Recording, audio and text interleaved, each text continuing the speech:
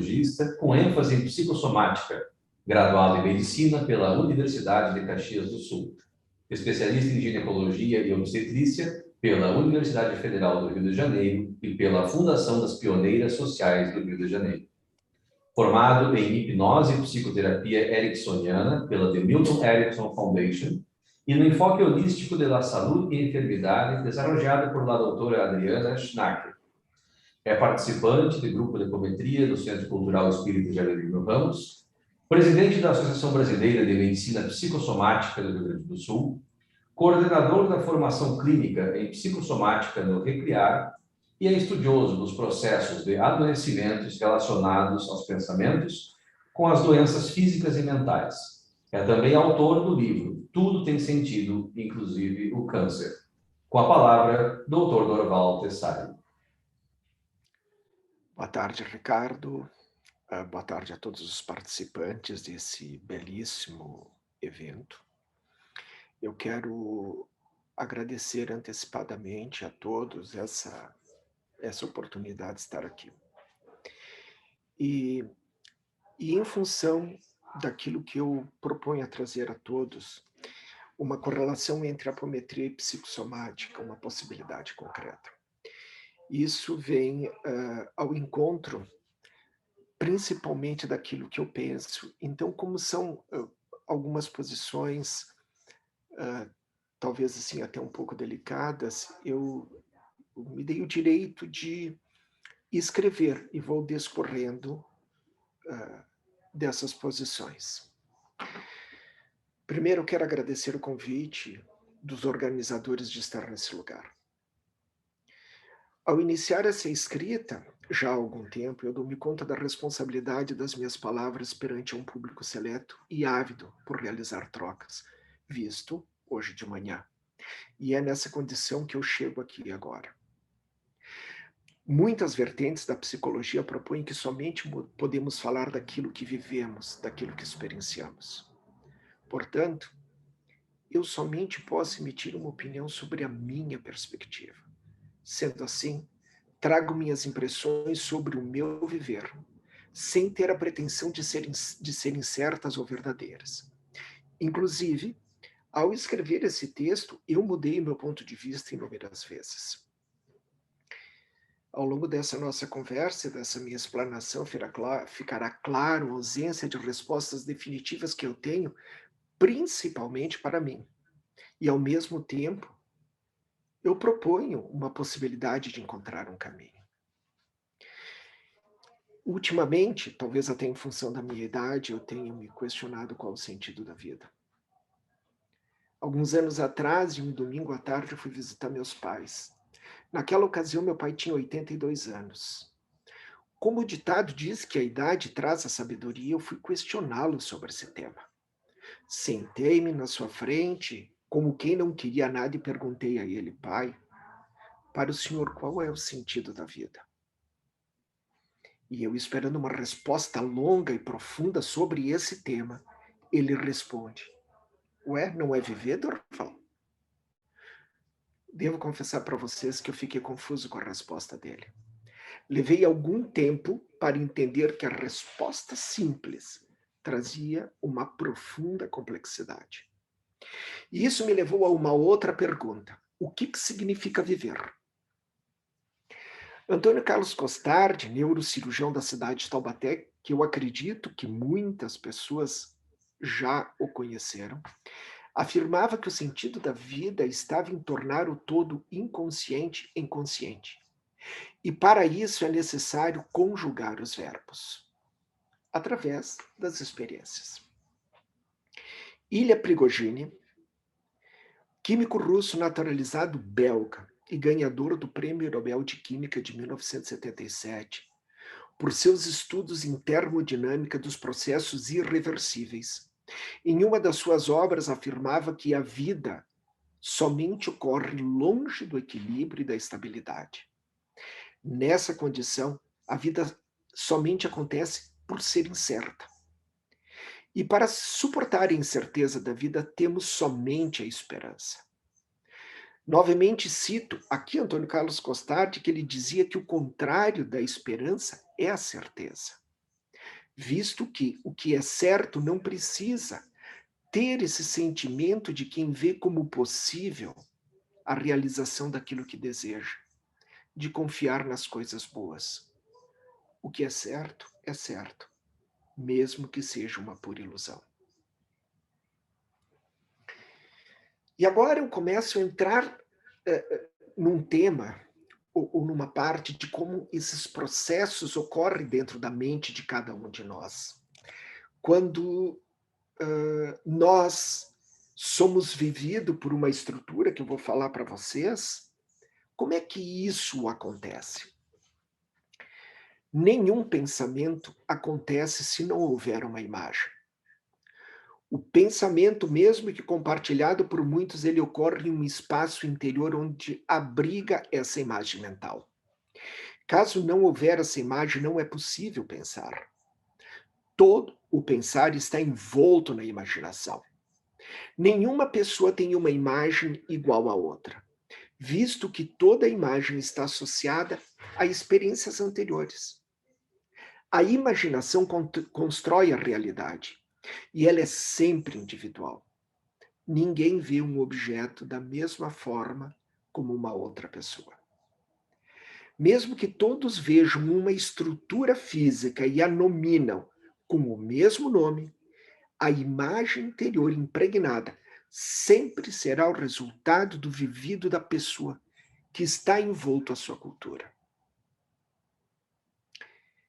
Em relação também ao pensamento, esse não pode ir além da imaginação. Nosso processo mental, nosso processamento mental não abarca algo que não seja catalogado como uma imagem. Mesmo que seja algo que eu nunca tenha visto, a imaginação materializa o invisível. E esse é o limite do meu pensar. O infinito não é concebível dentro das estruturas dos processos físicos cerebrais. Eu posso até admitir que ele exista. Eu posso admitir que o tempo é uma ilusão. Que o tempo e o espaço formam uma unidade inseparável. Mas essa não é a forma como o cérebro processa o viver. Alguns estudiosos afirmam que o tempo existe para que possamos experienciar as coisas nos seus devidos tempos. Se o todo é todo, nada pode estar nem além ou aquém. E se nada pode estar lá ou aqui, não há fronteira possível que possa ser definível. Se o todo é todo, nada pode estar nem antes e nem depois, visto que o tempo exige obrigatoriamente o espaço. E se eu estou contido no todo, o todo está contido em mim. O todo que habita em tudo é o mesmo todo que habita em mim. Aqui é a chama da divindade. Desde pequeno, eu ouço que eu devo amar, mas eu juro para vocês que esse verbo sempre ficou confuso dentro de mim. Nos inúmeros templos das mais diversas religiões e lugares aonde eu fui e aonde eu me inteirei, essa palavra é proferida milhares de vezes, sendo que na maioria das vezes o que a boca fala não corresponde à ação ao pensamento de quem profere. O verbo amar, ele é uma manifestação que brota quando todas as partes estão presentes. Ele é o todo. Considerando a totalidade, o processo de exclusão não faz nenhum sentido, porque está fundamentado no julgamento. Julgar e dar um veredito sobre algo é excluir todas as possibilidades existentes no universo, com exceção daquela de quem está julgando. É tomar para si o todo como se isso fosse possível. Fisicamente, a mesma fonte que irradia luz sobre um objeto é a mesma fonte que produz a escuridão. Nós somos polares, não podemos escapar dessa condição. Há inúmeras obras que falam sobre a totalidade. Do Tao Te Ching, no poema 1, cita que o insondável que se pode sondar não é o verdadeiro insondável. No inominável está a origem do universo, misterioso é o seu fundo. Eis que consiste a sabedoria suprema. Dessa obra, ao estudo da mecânica quântica que, pelo menos em certas circunstâncias, constata que, abre aspas, conexões quânticas a longa distância podem superar a separação espacial e que dois objetos podem estar bem separados no espaço, mas do ponto de vista desse estudo, é como se fosse uma única entidade. Brian Greene, O Tecido do Cosmos, um livro editado em 2005. Ninguém, absolutamente ninguém humano pode definir algo que está além do seu campo de visão, da sua imaginação.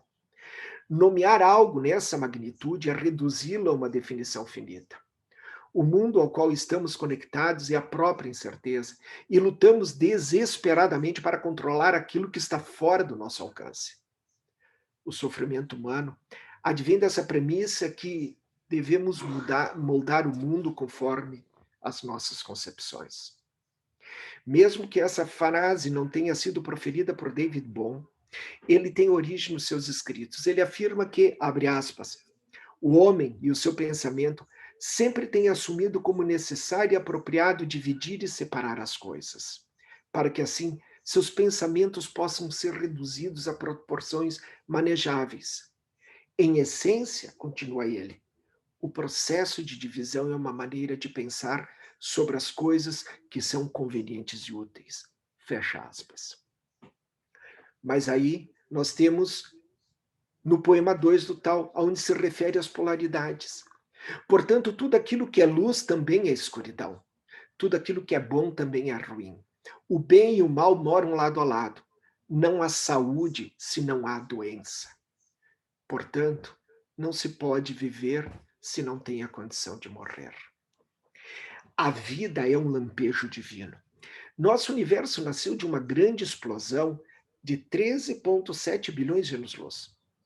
Toda vez que eu escrevo um trabalho ou apresento esse número, eu me pergunto se esse número não muda para que eu mantenha atualizados os dados. Vejam, pessoas, olha que coisa absurda. Eu querer atualizar um dado numericamente o tempo de um ano para outro, quando ele está numa escala numeral de bilhões. Agora, imagine se a escala for infinita. Sabemos muito sobre muitas coisas, mas não temos a menor ideia daquilo que se passa além do nosso horizonte cósmico. Não sabemos nada sobre o Bang, que criou o nosso universo. Se há infinitos tipos de universos com infinitas variações em suas leis das físicas, então a teoria não é capaz de prever que tipo de universo nós nos encontramos. Sendo assim, a quem pertence a verdade? Penso sobre as possibilidades do viver e nas probabilidades de eu estar aqui agora. Isto é incalculável. Somos gerados pela união de um espermatozoide com um óvulo. Cada ejaculação contém milhões de espermatozoides e são várias ao longo de uma vida. Além disso, um óvulo entre milhares que existem em ambos os ovários. Se fizer um cruzamento de dados, o número de probabilidades é quase infinito. Somente não são infinitas porque estamos aqui. Esta é uma conta que não faz sentido. Não é a matéria que determina a essência daquilo que estamos vivendo. É alguma outra coisa. Grodek, médico alemão considerado o pai da medicina, numa carta por volta de 1895, a um professor da Universidade de Medicina de Berlim, ele diz o seguinte: toda a arte médica repousa na individualização e que a ciência não conhece doentes, somente grupos de doenças. Não conhece o indivíduo, conhece apenas casos. Nos seus escritos, ele deixa de forma clara o quanto, abre aspas, não se sabe nada de diagnóstico pessoal, mas o diagnóstico em palavras, nomes de doenças, fecha aspas. Em tempos de pandemia de Covid-19, leem-se notícias e publicações científicas sobre o agente etiológico.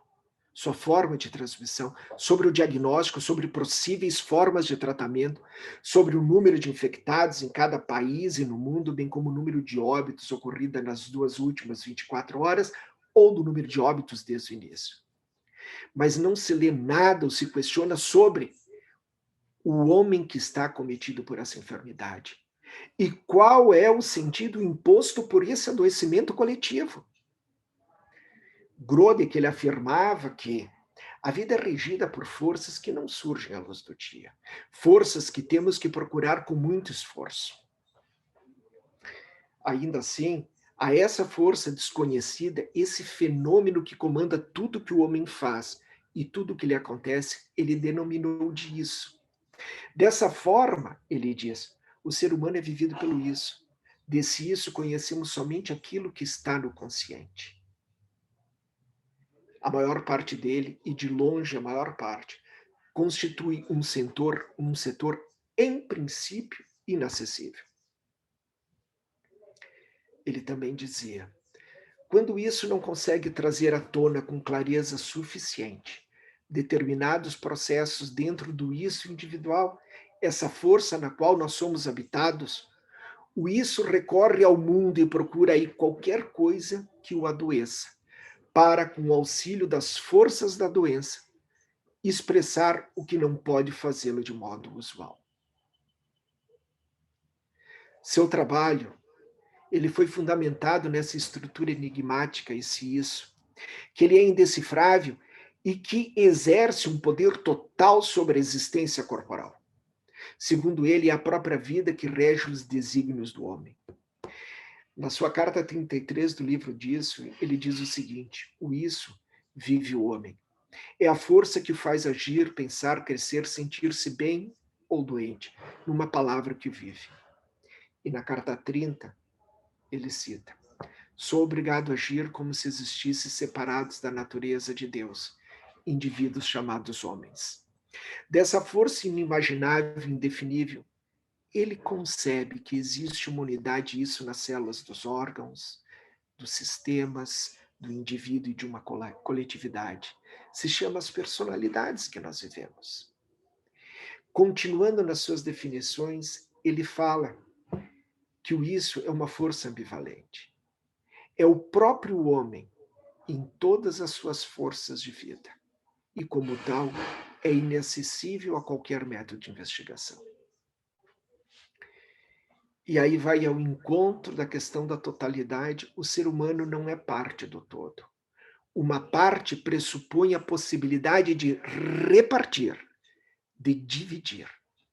Afinal, ele é um membro do cosmos que não pode ser isolado dele. Isso está e vai ao encontro daquilo que Brian Grease diz, a noção de que nenhum lugar do universo é especial quando comparado a qualquer outro, parece estar correta. Tendo por base esse conceito filosófico e para que possamos pensar na forma como um indivíduo adoeça, talvez tenhamos que deixar voar a nossa imaginação, ao ponto de até supormos que o alcance do nosso conhecimento nos permitirá um dia navegar pelo tempo e espaço e assim nos libertarmos dessas amarras espaços temporais, às quais estamos presos há milênios. Ou seja, viajamos na imensidão escura do cosmos, tanto quanto viajamos dentro do nosso interior. O isso de Grodeck pode ser o próprio cosmos, pode ser a própria divindade. O sistema de saúde busca enquadrar o indivíduo às suas concepções para que ele responda às perguntas feitas pelo sistema e não ao contrário. Dessa forma, quando olhamos o mundo através das nossas visões teóricas, o conhecimento concreto que obtemos será evidentemente moldado e formatado de acordo com as nossas teorias. A ciência está a serviço da humanidade. De tempos em tempos, evoluímos como se fossem ondas em direção do conhecimento, até então considerados ocultos. Nesse intervalo de tempo, a miopia dos fenômenos, atrapalha o progresso humano. Como qualquer atividade de auxílio, esse deve estar direcionado para aquele que necessita. E a apometria não foge à regra. Estar disponível a tratar o indivíduo pressupõe o conhecimento da origem da palavra indivíduo, que significa indivisível e que tem como consequência imediata a análise do todo, como já afirmava Grodek. Além disso, observador e observado são aspectos imersos e impenetrados de uma realidade completa, que é indivisível e incomensurável. Quando alguém nos procura num atendimento de apometria, essa pessoa recebe auxílio e ela também nos auxilia a trabalhar o nosso lado oculto e principalmente escuro. Auxiliar ao homem enfermo. E aqui eu estou falando o enfermo tanto mental quanto físico. E descobrir, e nós devemos auxiliar a descobrir o sentido do seu próprio adoecimento. É o profissional, é o objetivo principal do profissional da área da saúde. E aqui eu também enquadro a apometria.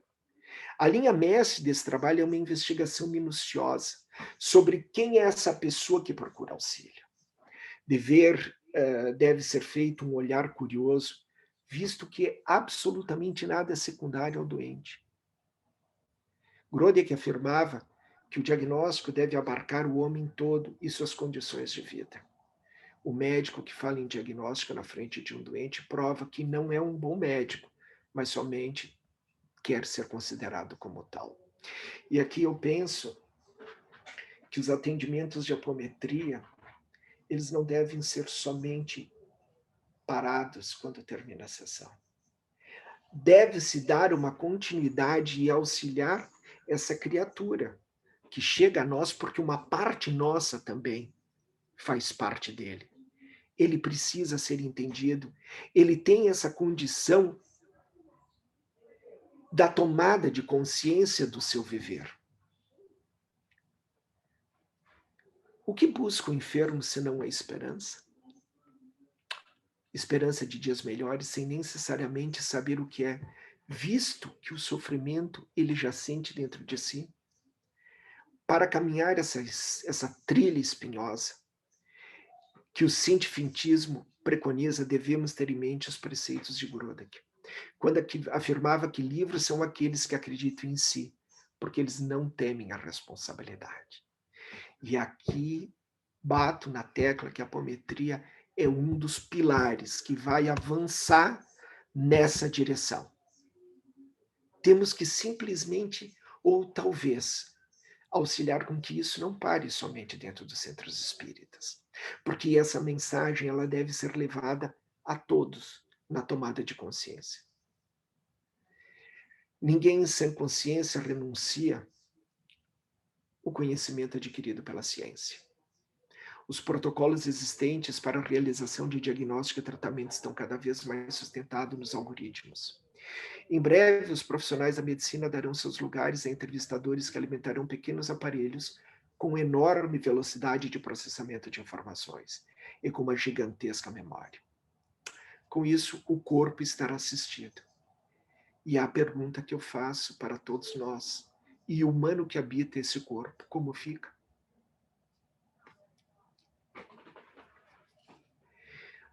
O indivíduo saudável apresenta-se para fins didáticos em 3 compartimentos que fazem parte de uma única entidade espiritual: corpo, mente e espírito. Não tecerei comentários sobre os processos espirituais, mas das possibilidades de fazer essas conexões. A estrutura física em si, constituída de átomos, moléculas, células, tecidos, por fim constitui o corpo humano.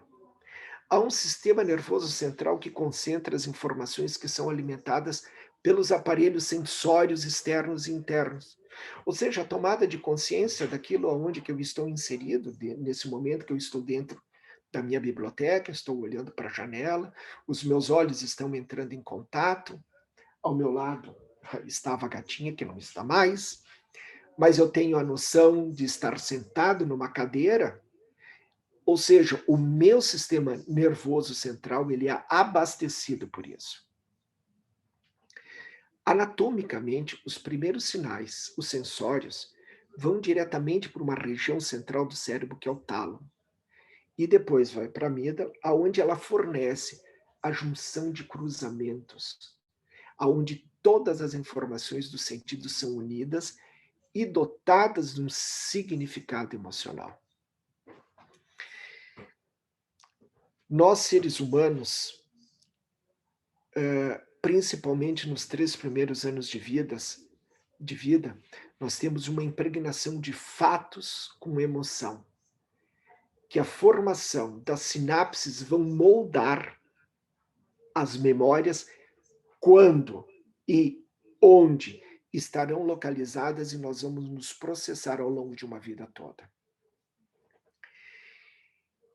Ao ativar o complexo neuronal no seu interior, na parte interna do cérebro, o registro da memória será tanto maior quanto mais intensa for a ação dos momentos de excitação emocional. Por isso que os traumas deixam marcas tão profundas. Para mim, uma parte do sucesso dos processos psicoterapêuticos, seja eles quais forem, está exatamente a gente entrar para esse olhar dessa imagem formatada, juntamente associada a uma emoção que está dentro de nós. As emoções prendem o verbo, como Costard já dizia. E o que é o prender o verbo? É simplesmente continuar com aquela imagem, processando permanentemente dentro de nós. E uma das imagens que mais aprisiona é o medo, a culpa e o ódio. O medo está associado ao futuro, a culpa ao passado e o ódio ao presente. Nós não temos como odiar o futuro, nós não temos como odiar o passado. A gente pode odiar o passado trazendo uma imagem para o presente. Ou seja, o ódio queima. E uma coisa que é importante, ninguém odeia alguma coisa que não seja importante para ela. Atrás, e aí tem um professor que é o Guilherme Leone, ele diz assim: a medida da raiva é a medida da dor. A medida da dor é a medida do amor. Ao contrário do que as pessoas dizem, que o contrário do amor é o ódio, não. O contrário do amor é a indiferença. É não ser visto. E o que nós fazemos dentro de um trabalho apométrico? Nós olhamos para a totalidade. Nós olhamos para aquelas entidades que, de uma forma ou de outra, nós consideremos não tendo luz. Mas quem não quer, entre todos nós, a luz? Podermos estar e ter o direito de pertencer. Como eu disse, um fato impactado emocionalmente de forma negativa, a qual é registrado como uma memória, tem essa capacidade de prender o verbo, impedindo que ele venha se manifestar na sua plenitude. Sendo assim, liberar a emoção contida na imagem por intermédio da ressignificação é um dos possíveis caminhos do processo evolutivo. Não é o que é feito dentro da apometria, não é o que é feito dentro dos consultórios de psicologia. Estamos longe dos consultórios de medicina poder olhar para a pessoa como pessoa. Até hoje eu não vi um câncer entrar no meu consultório. Eu vejo pessoas, seres humanos acometidas por um adoecimento que nós chamamos de câncer. E o que se mais faz? Se trata o câncer. E a pessoa, basta citar por um minuto, estar por um minuto nesse lugar. aonde a morte se apresenta, para que nós possamos ter a possibilidade de olhar para a vida. A maior parte das pessoas já morreram e estão caminhando pelas ruas, estão vagando. Às vezes, somente um adoecimento tão importante,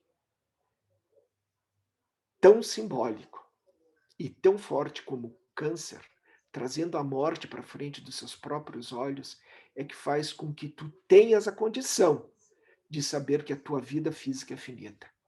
Tu não tem o tempo inteiro para desperdiçar.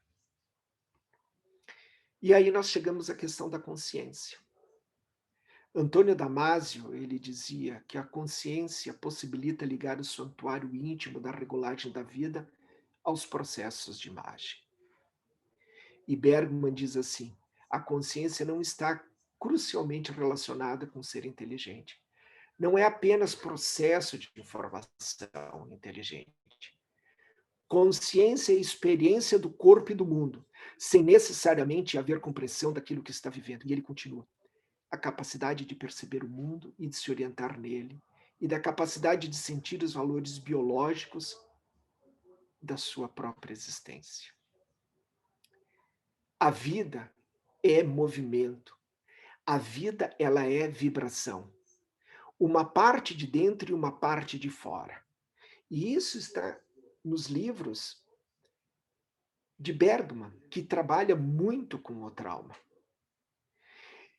E hoje nós estamos indo em direção aos estudos de ressonância magnética e tratamento da depressão através de estímulos elétricos. Então, ampliar o horizonte do conhecimento das estruturas físicas existentes no universo nos obriga a aceitar a nossa mais profunda limitação de que sabemos muito sobre qualquer coisa, visto que a fragmentação espalhou na sociedade e no indivíduo, conduzindo a confusões generalizadas. Ou seja, quanto mais fragmento, mais problemas tu crias. E também, as leis da física, na sua formulação tradicional, descreve um mundo idealizado, um mundo estável, e não um mundo instável evolutivo em que vivemos. Isso é uma palavra, uma frase de Ilha Prigogine. A simbolização do adoecimento, aonde a psicossomática ela consegue olhar para todos os sentidos do viver dessa pessoa. Não julga, não considera o conhecimento obtido nos livros como a verdade em cima do outro, e sim oferecendo ao indivíduo a possibilidade de se conhecer. Então, a simbolização emerge da nossa conexão com as leis universais, que não temos acesso e nem supomos que existem, se é que existem. Frente a isso, o que podemos fazer são conexões, sem que tenhamos a certeza entre o mundo absolutamente desconhecido e a consciência. Com isso, associamos e procuramos decifrar mensagens, mesmo que fugazes, entre a mente consciente e o todo, para que possamos nos sentir pertencente a alguma coisa, mesmo sem saber o que realmente seja. Assim, na fragmentação imposta pela mente humana, a doença pode ser um caminho de reconexão com o todo, pela possibilidade que ela traz da finitude. E aí cabe a pergunta: o sentido da vida. A doença e saúde são formas de expressão de uma vida só. Não existe doença em morto, só existe doença em alguém que está vivo.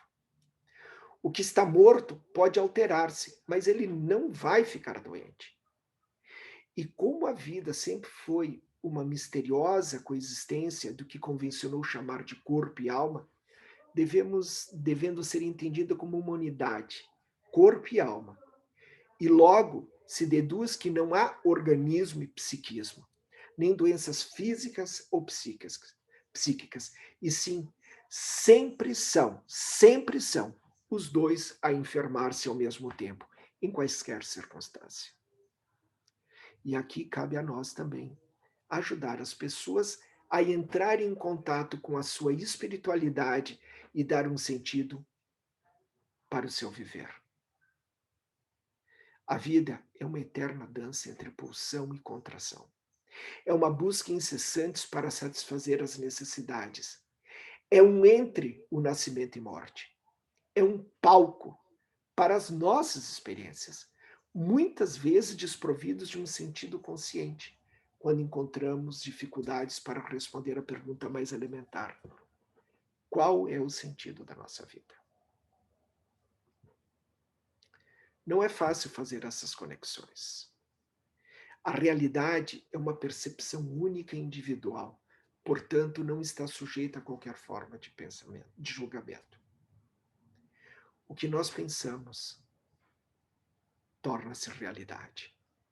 O pensamento irracional, aquele que não estabelece relação com a realidade, produz um caos que reflete nas condições corporais. As pessoas que buscam o trabalho da apometria, elas devem receber o seu auxílio, mas devem antes serem escutadas. Muitas vezes, os processos de ressignificação mental das imagens, já numa fase pré-atendimento, facilitam muito o atendimento apométrico.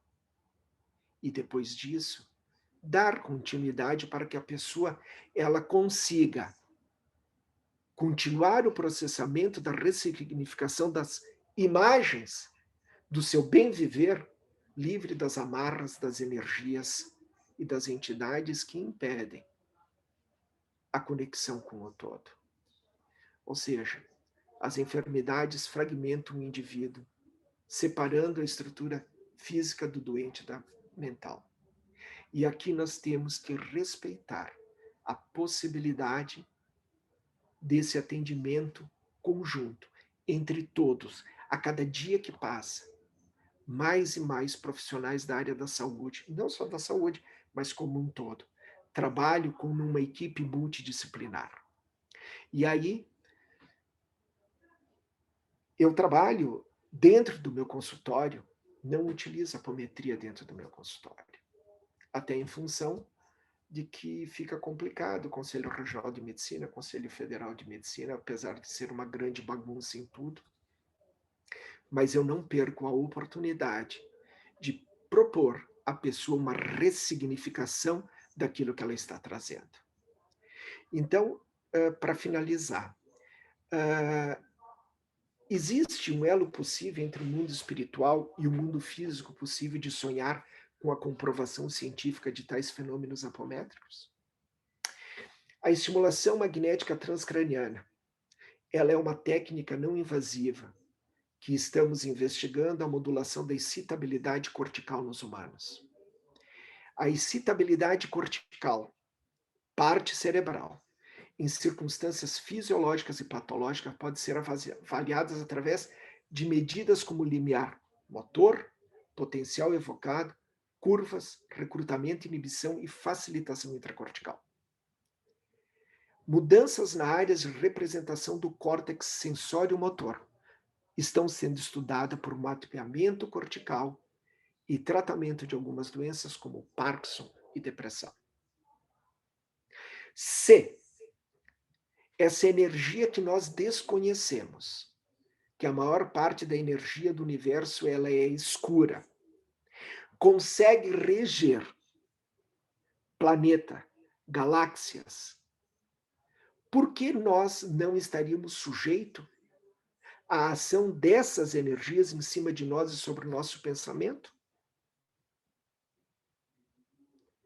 Há um mundo oculto a ser revelado conforme as possibilidades de entendimento e aplicações. Trabalhar o mundo de cima com o mundo de baixo, por intermédio do mundo do meio. Oferecer condições para que o humano viva plenamente a sua experiência de viver. Porque depois que nós perdemos a nossa possibilidade de viver o aqui e o agora, não adianta nada. já passa a ser passado. Bom, por hora é isso, eu agradeço a demora da leitura, mas são conceitos que têm que ser muito bem postos para que não haja confusão. Eu me coloco à disposição a todos vocês e muito obrigado. Muito obrigado, Dr. Durval, pela excelente reflexão, pela contribuição que o senhor traz ao nosso evento. Reforçamos aos nossos participantes que podem enviar suas perguntas através do WhatsApp, o número que está na tela, 54 991 23 3617. Já temos aqui uma primeira pergunta, Dr. Durval. Como o senhor vê um atendimento apométrico ideal, então, para que possamos nos aprofundar suficientemente no caso do consulente, sem levar tempo excessivo em uma mesma sessão? Ou melhor, como dosar nossa investigação a cada encontro com o consulente? Essa é uma pergunta que eu me faço permanentemente, porque veja o seguinte: quanto tempo é um atendimento apométrico? É pequeno. Alguns podem demorar mais e outros demorar menos. Mas nós não devemos nos esquecer que essa pessoa está voltando para o seu lar.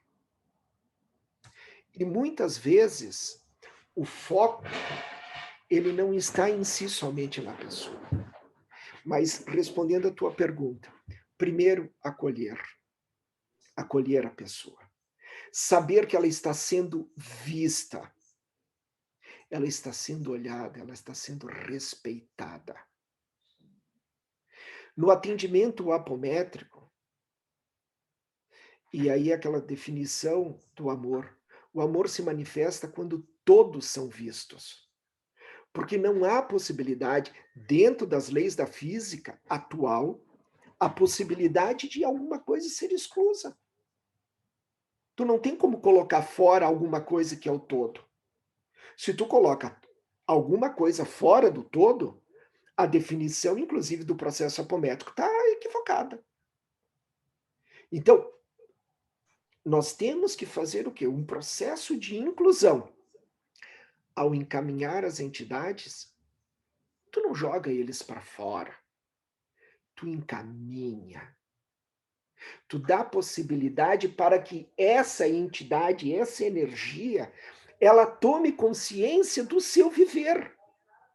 Que ela não está na estrutura física, mas ela está ali. É uma parte minha que se manifesta. Ninguém procura uma casa apométrica ou uma ajuda aonde nós que nos propomos a ajudar não somos sensibilizados por aquilo. O observado e o observador, eles se conectam. Ou quando vem alguém a procurar a mim, eu tenho que fazer uma pergunta para mim. O que essa situação que está sendo trabalhada faz sentido no meu viver? E aí, terminando isso, no meu olhar, grupos devem ser formados para trabalhar as suas condições, dar continuidade, não do atendimento apométrico, mas ao atendimento à pessoa. A apometria, ela é uma estrutura, mas nós não devemos nos esquecer que o que está em jogo é oferecer a esperança para alguém que está desesperado. Ninguém vai procurar um atendimento apométrico porque está feliz. É desgraça, é doença, é insanidade, é dor, é sofrimento. E a pessoa que chega ali, ela só quer: será que é possível aliviar a minha dor e o meu sofrimento? Então, respondendo, ao meu ver, dar continuidade através de grupos terapêuticos. Porque quando tu fala da tua história, tu está reconstruindo novas imagens dentro de ti. Tu estás acomodando tudo aquilo. E eu acho que isso é uma experiência maravilhosa que a gente pode colocar em prática. Não é fácil, mas é uma possibilidade. Afinal de contas, a nossa vida é muito curta. para a gente desperdiçar tempo. Não sei se eu não tenho respondido. Perfeito, doutor Val. Agradecemos. Realmente, como o senhor disse, a individualidade, né? Cada indivíduo vai suscitar a sua própria tratamento, a própria investigação, e a nossa sensibilidade vai levar a dosagem desse número de encontros, né? E até quando nós vamos aprofundar nossa investigação. Temos mais duas perguntas aqui que chegaram. Uma delas, o doutor entende que a carência afetiva pode se manifestar como raiva, ódio ou medo? Sempre, sempre.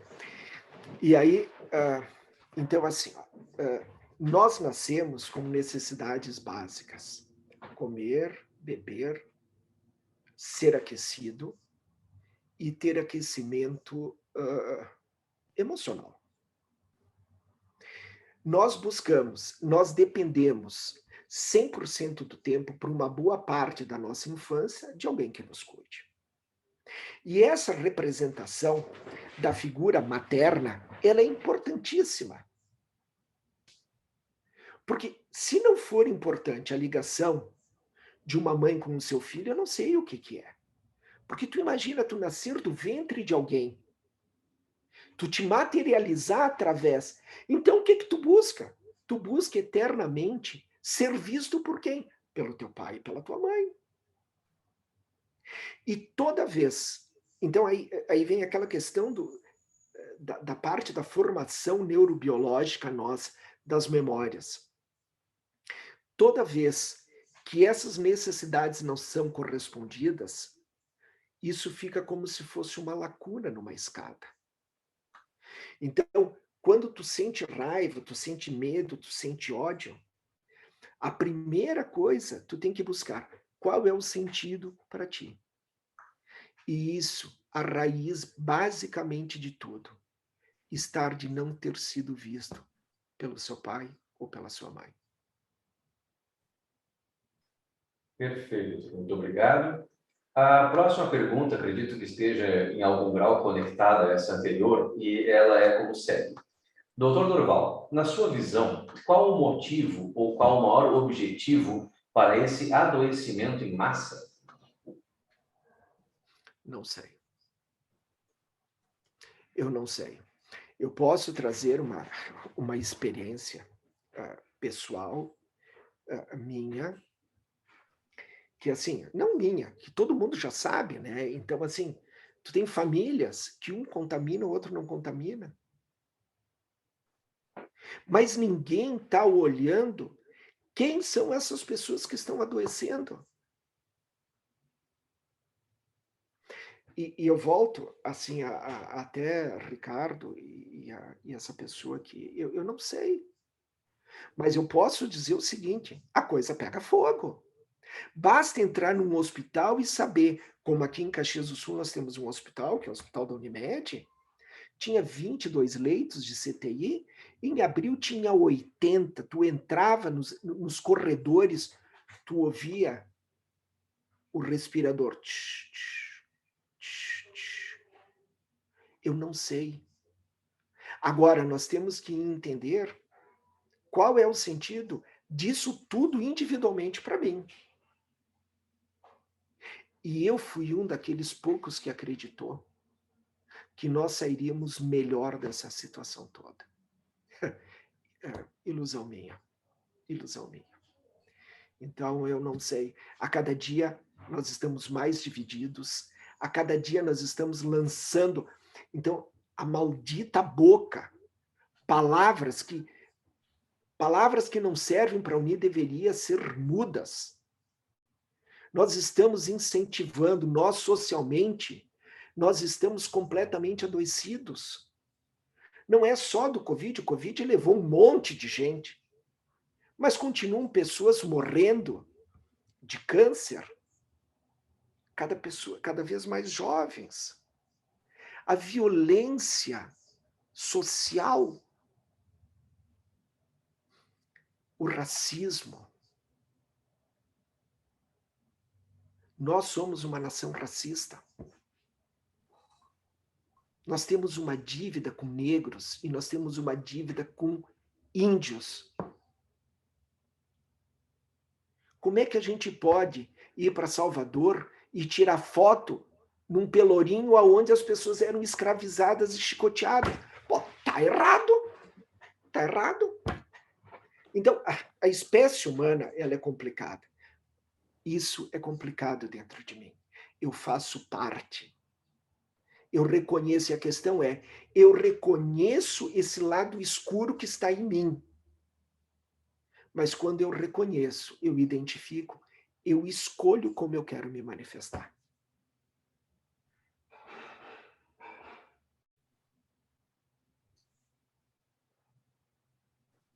Maravilhoso, muito obrigado.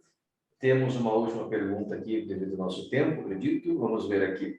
O senhor pode acrescentar algo na ideia de esforço para nos percebermos na essência como espírito, como uma premissa básica para buscarmos entender as conexões com o chamado todo? Altamente filosófica essa pergunta. Bah, isso aí precisaria... Assim, ó. Eu vou tentar resumir. Nós somos vividos por uma essência. Então lá, o Deus Criador dizia, bom, como eu sou o todo, eu vou botar um pouco de mim em cada um de nós, nos animais, nas pedras, em tudo. Mas eu preciso ter experiência. Eu vou ter que criar uma mente. E aí essa mente, ela acredita que ela é o Deus Todo-Poderoso. Bom, aí cria conflito. Tá? Quando tu tens um conflito interno, tu vai tentar solucionar quem? A mente.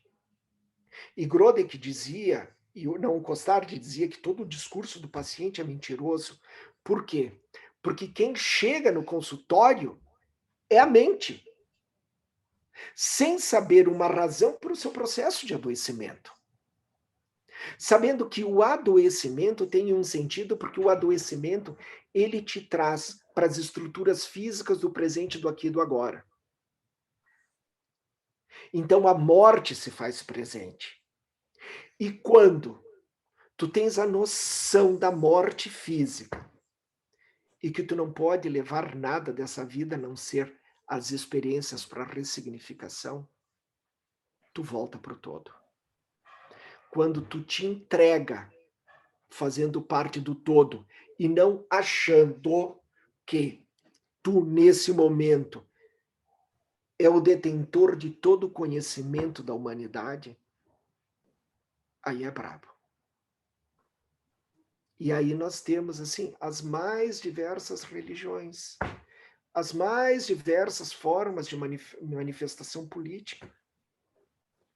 Então, quando tu julga alguém, tu está excluindo. Tu não sabe nada da vida do outro. Maravilhoso. Temos tempo para mais uma rápida pergunta aqui. Essa é um pouco mais terapêutica. Como identificar rapidamente esses sinais de um consulente que está a caminho de uma somatização de enfermidade? Até onde podemos intervir preventivamente, respeitando o seu livre-arbítrio? Assim, ó, não existe doença psicossomática. Esse é um conceito que tem que estar. Toda a doença, ela está originada como uma solução, porque doença e saúde caminham lado a lado. Toda a doença, ela é não somática. Porque quem é que tem uma dor de dente vai dizer assim, ah, o meu dente tá com dor. Tá, e tu faz o que com o sentimento? Quem é que consegue trabalhar, ser amoroso com uma dor de dente? Não consegue, é uma coisa só. Então, assim, qual é o verdadeiro caminho desse processo? É devolver para a pessoa a condição do seu pertencimento. Ela precisa olhar para si e olhar para o mundo e saber que ela está inserida. Então, é ser honesto consigo. Mas, às vezes, quem não quer, não quer. O que que tu vai fazer? Não pode fazer nada. Acabou. Entendeu? Mesmo porque a gente acha, e a gente, assim, eu acho que eu sei o que é melhor para o outro, que é uma arrogância. Vamos deixar bem claro, é uma arrogância. É fácil falar do outro nas minhas condições. E o outro? Como é que fica? Maravilha, doutor. Muito obrigado mais uma vez. Demais perguntas que nós não temos tempo de fazer aqui, também tem elogios. Obrigado, doutor Dorval, grande mestre, obrigado pelos conhecimentos compartilhados. Nós enviaremos por e-mail, então, para o senhor formular a sua resposta. Então, nesse momento, mais uma vez agradecemos. Se o senhor quiser, por gentileza, fazer suas considerações, saudação final, fique muito à vontade. Eu agradeço o convite, agradeço imensamente a disponibilidade das pessoas de terem me ouvido nesse tempo de 1 hora.